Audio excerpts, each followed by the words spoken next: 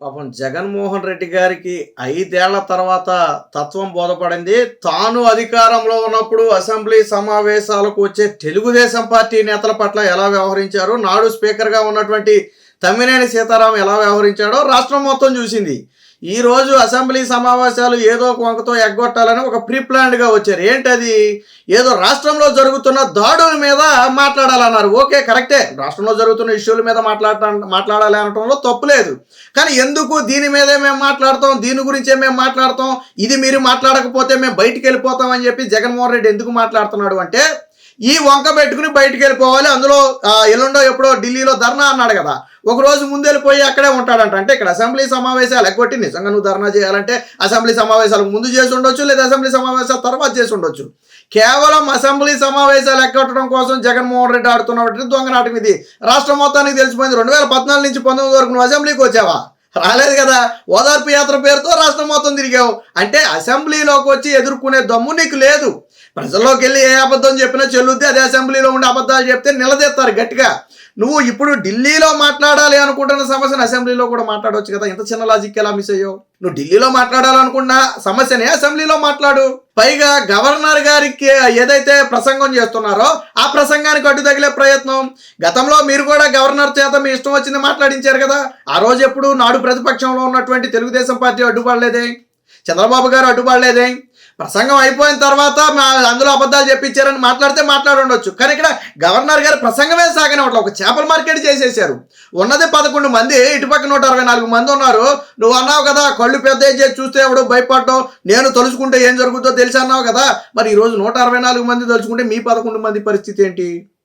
నీ 5 ఏళ్ల పాలనలో ఎంతమంది ఊచకోతలకు గురయ్యారు, ఎంతమంది ఆత్మహత్యలు చేసుకున్నారు, ఎంతమంది వేధింపులు పడ్డారు, ఎంతమంది రాష్ట్రం వదిలి వెళ్ళిపోయారు, ఎంతమంది కుటుంబాలను కోల్పోయారు? ఏ రోజైనా నువ్వు నల్లకండువా వేసుకుని అసెంబ్లీకి వచ్చావా? ఈ రోజు నల్లకండువా వేసుకుని వచ్చావు. ఎందుకు? చంద్రబాబు గారు రాష్ట్రానికి మంచి చేస్తుంటే చెడు చేస్తున్నాడని చూపించాలి. ఇదే ఉద్దేశం. ఏం జరిగింది చెడు? రాష్ట్రంలో 2-3 దాడులు జరిగిన మాట వాస్తవం. అది ఎవరో అబద్ధం ఆడలేదు, కాదని కూడా ప్రభుత్వం చెప్పలేదు. వెంటనే చర్యలు తీసుకుంది. ఈ దాడులకి రాజకీయాలకి సంబంధం లేదు. నిన్న రషీద్ చనిపోయాడు అన్నావు. ఎలా చనిపోయాడు? మీ కార్యకర్త జిలానీ చంపితే చనిపోయాడు. మీ కార్యకర్తే చంపితే దానికి తెలుగుదేశం పార్టీకి ఏమైనా సంబంధం ఉందా? అయినా నిందితుడిని అదుపులోకి తీసుకున్నారు. ఒక బాలిక మీద అత్యాచారం చేస్తే నిందితుడిని అదుపులోకి తీసుకున్నారు. ఇంకో మహిళ పట్ల అత్యాచారం చేసిన వ్యక్తి ఏకంగా భయపడి ఆత్మహత్య చేసుకున్నాడు కదా. స్వయంగా ప్రతి ఘటనను హోంమంత్రే పర్యవేక్షిస్తుందిగా. గతంలో మీ హోంమంత్రి ఎప్పుడైనా సరే ఒక ప్రెస్ మీట్ పెట్టి ఒక ఇష్యూని అడ్రస్ చేసిందా? ఇద్దరు హోంమంత్రులు, సుచరిత చేసింది, తర్వాత తనేటి వనిత చేసింది. వీళ్ళిద్దరు ఎప్పుడైనా అడ్రస్ చేశారా ఒక ఇష్యూని? ఈ రోజు హోంమంత్రిగా ఉన్నటువంటి వంగలపూడి అనిత ప్రతి ఇష్యూని అడ్రస్ చేస్తుంది, తీసుకున్నటువంటి చర్యలను ప్రజలకు చెప్తుంది. ఆవిడ చాలా క్లియర్గా ఉంది. మీకు ఏదైనా సమస్య ఉంటే చెప్పండి. ఇప్పుడు మీకు ప్రతిపక్ష హోదా లేకపోయినా ఆ పాత్ర పోషించాలా? ఇదిగో ఇది జరుగుతుంది, ఇది జరగట్లేదు, ఇదిగో దీని మీద చర్యలు తీసుకుంటే మీరు గవర్నమెంట్కి సజెస్ట్ చేయండి. తప్పేముంది అందులో? గవర్నమెంట్ కూడా సిద్ధంగా ఉంది కదా. మీరు ఇచ్చే సూచనలు సలహాలు తీసుకోవడానికి చంద్రబాబు గారు ఎల్లవేళలా సిద్ధంగా ఉన్నారు. కేవలం అసెంబ్లీ సమావేశాలు ఎగ్గొట్టడానికి జగన్మోహన్ రెడ్డి ఇప్పుడు వచ్చిన ఇష్యూ ఏంటంటే, చంద్రబాబు గారు వచ్చిన తర్వాత ఆల్రెడీ 4-5 శ్వేతపత్రాలు విడుదల చేశారు. అటు ఇండస్ట్రీ మీద కానివ్వండి, ఆర్థికం మీద కానివ్వండి, అరాచకాల మీద కానివ్వండి, శ్వేతపత్రాలు ఆల్రెడీ విడుదలైనవి. ఇప్పుడు జగన్మోహన్ రెడ్డిని గల్లా పట్టి శ్వేతపత్రాల మీద సమాధానం చెప్పమని అడుగుతారు. వీటికి సమాధానం చెప్పే దమ్ము ధైర్యం జగన్మోహన్ రెడ్డికి లేదు. శ్వేతపత్రాలు అంటే నువ్వేదో తెల్ల కాగితం మీద రాసి ఇచ్చే పత్రాలు కాదు. అందులో ప్రతిదీ వాస్తవంగా ఉంటుంది. లేని ఏడల దానికి విడుదల చేసిన వాడే బాధ్యత వహిస్తాడు. శ్వేతపత్రాలకి అంత విలువ ఉంటుంది. జగన్మోహన్ రెడ్డి 5 ఏళ్ల పాలనలో శ్వేతపత్రం ఎప్పుడు విడుదల చేయలే. 2014 నుంచి 19 వరకు చంద్రబాబు గారు ముఖ్యమంత్రిగా ఉన్న సమయంలో శ్వేతపత్రాలు, ఆయన దిగిపోయే సమయంలో కూడా విడుదల చేశాడు శ్వేతపత్రాలు.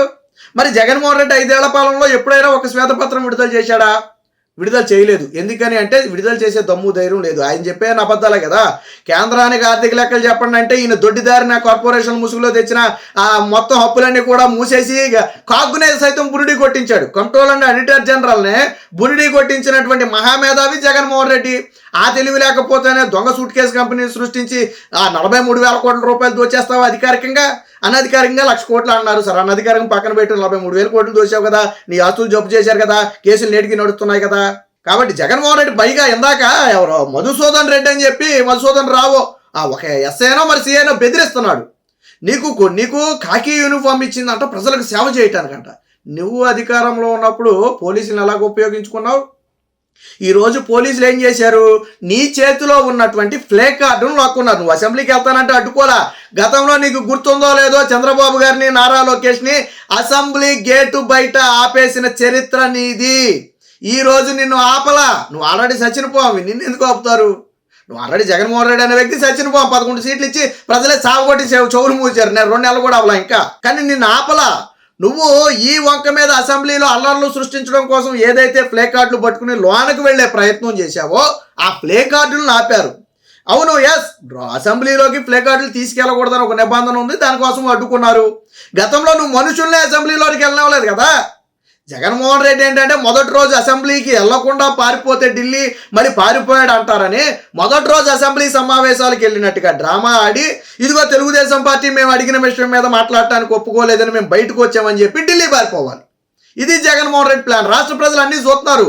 నువ్వు 5 ఏళ్ల పాటు చేసినటువంటి అరాచకాన్ని బయట పెట్టడానికి అధికార పార్టీ అయినటువంటి తెలుగుదేశం పార్టీ, జనసేన సిద్ధంగా ఉన్నాయి. బీజేపీ దానికి నువ్వు సమాధానం చెప్పు. మీరు విడుదల చేసిన శ్వేతపత్రాలు తప్పు, ఇదిగో మీరు చెప్పిన లెక్కలు తప్పు, ఇదిగో ఇది వాస్తవం అని నువ్వు అసెంబ్లీలో మాట్లాడు. ఎందుకు అసెంబ్లీ నుంచి పారిపోవాలనుకుంటున్నావు? ఎందుకు పోలీసులు నిన్ను అడ్డుకునే పోలీసుల మీద ఎందుకు రౌడీయిజం చేస్తున్నావు? గతంలో కూడా అంతే. ఆ ఎయిర్పోర్ట్లో జగన్మోహన్ రెడ్డిని ఒకసారి అడ్డుకుంటే నువ్వు కాబోయే సీఎంను అడ్డుకుంటున్నావు. 2 ఏళ్లలో నీ అంతు చూస్తా. జగన్మోహన్ రెడ్డికి బెదిరింపులు అలవాటు. చంద్రబాబు గారిని ఎయిర్పోర్ట్లో అడ్డుకుంటే 7 గంటల పాటు ఆయన కూర్చున్నాడు తప్ప ఎప్పుడు పోలీసుల మీదకి వెళ్ళలేదు. ఆయన అడిగింది ఏంటి? మీరు ఎందుకు అడ్డుకుంటున్నారు, నాకు సమాధానం చెప్పండి అని అడిగాడు. అంతే తప్ప నీ అంతు చూస్తా, నీ పేరేంటి, నేను ఎవరో తెలుసా? చంద్రబాబు గారు ఏమనలేదే. ఆయన అప్పటికే 14 సంవత్సరాలు ముఖ్యమంత్రి. బోడి నువ్వు మూలికి ఒకసారి ముఖ్యమంత్రి అయ్యావు. తర్వాత ఈడ్చితనితే ప్రతిపక్ష హోదా కూడా లేకుండా పోయింది. నువ్వు గుర్తుపెట్టుకోవాల్సింది ఏంటంటే 14 నుంచి 19 వరకు చంద్రబాబు గారి పాలన చూశారు. 19 నుంచి 24 వరకు నీ పాలన చూశారు. ఇద్దరి పాలన చూసిన తరువాత ప్రజలు ఇచ్చినటువంటి తీర్పు ఇది. నువ్వు అనుకోవచ్చు చంద్రబాబుకి 23 నుంచి 164 రాలేదా, మేము 11 నుంచి మళ్ళీ 150 వస్తామని నువ్వు అనుకోవచ్చు. ఇక్కడ నువ్వు గుర్తుపెట్టుకోవాల్సింది ఏంటంటే ప్రజలు ఇద్దరి పాలనను చూశారు. 5 ఏళ్ళు చంద్రబాబు గారి పాలన చూశారు, 5 ఏళ్ళు నీ పాలన చూశారు. నీ పాలన చూసిన తర్వాత వేసిన మార్కులు ఎంత? నీ పాలన చూసి 2019లో ఎందుకు చంద్రబాబు గారికి రాలేదని నువ్వు అడగొచ్చు. అప్పుడు నీ పాలన చూడాల, నీ పట్ల ప్రజలు నమ్మకంతో ఉండి ఓట్లేశారు. కానీ నీ పాలన కూడా చూసిన తర్వాత నీకు ఇచ్చిన సీట్లు ఎంత? 11. నీ స్థాయి ఎంత?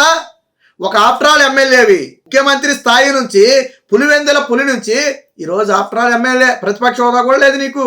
ఇంకా లేదు, నేను ఎగిరెగిరి పడతాను, నేను ఎలాగే మాట్లాడతాను అనుకుంటే ఈసారి ఆ 11లో సగం కూడా వచ్చే పరిస్థితి జగన్మోహన్ రెడ్డి లేదు. కాబట్టి ఎప్పటికైనా రాష్ట్ర ప్రజల సమస్యల మీద మాట్లాడే దమ్ము ధైర్యం ఉంటే అసెంబ్లీ సమావేశాలకు వెళ్ళు. లేదు, నా అవినీతి అక్రమాలు బయట పెడతారు, నా అరాచకాన్ని బయట పెడతారు, నేను వెళ్ళను అని పారిపోతాను అంటే ప్రజలు అన్నీ చూస్తున్నారు. సరైన సమయంలో నీకు బుద్ధి చెప్తారు.